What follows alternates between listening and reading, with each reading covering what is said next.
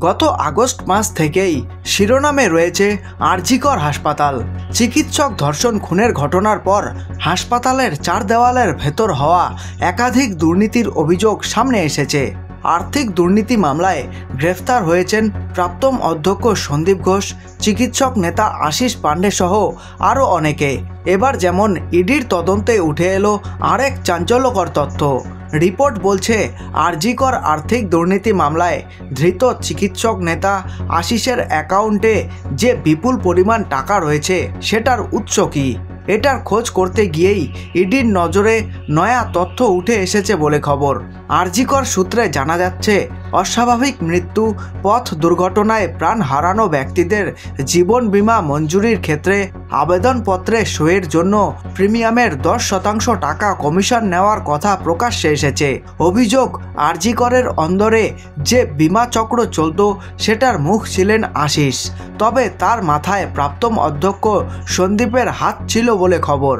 আরজিকরের ডাক্তারদের একাংশের কথায় এই কারণে শিশুরোগ বিভাগের হাউস স্টাফ হওয়া সত্ত্বেও তাকে ট্রমা কেয়ারে দেখা যেত।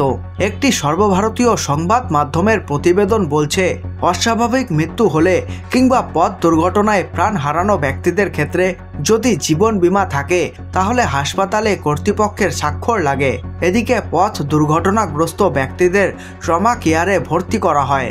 সেই কারণেই শিশুরোগ বিভাগের হাউস স্টাফ হলেও আশিসকে ট্রমা কেয়ারে বেশি দেখা যেত বলে অভিযোগ।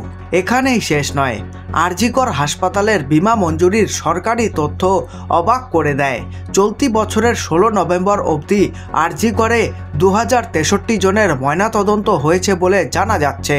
এর মধ্যে ফরেনসিক মেডিসিন বিভাগ সরকারি নিয়ম মেনে 100 টাকার পরিবর্তে মাত্র 6 জনের বিমা মঞ্জুর করেছে। এই পরিসংখ্যান প্রকাশ্যে আসার পর স্বাভাবিকভাবেই তা নিয়ে শুরু হয়েছে চর্চা। এই খবরটি ভালো লেগে থাকলে লাইক করতে পারেন এবং আপনাদের মূল্যবান সময় দেওয়ার জন্য ধন্যবাদ। আপনাদের দিন শুভ হোক।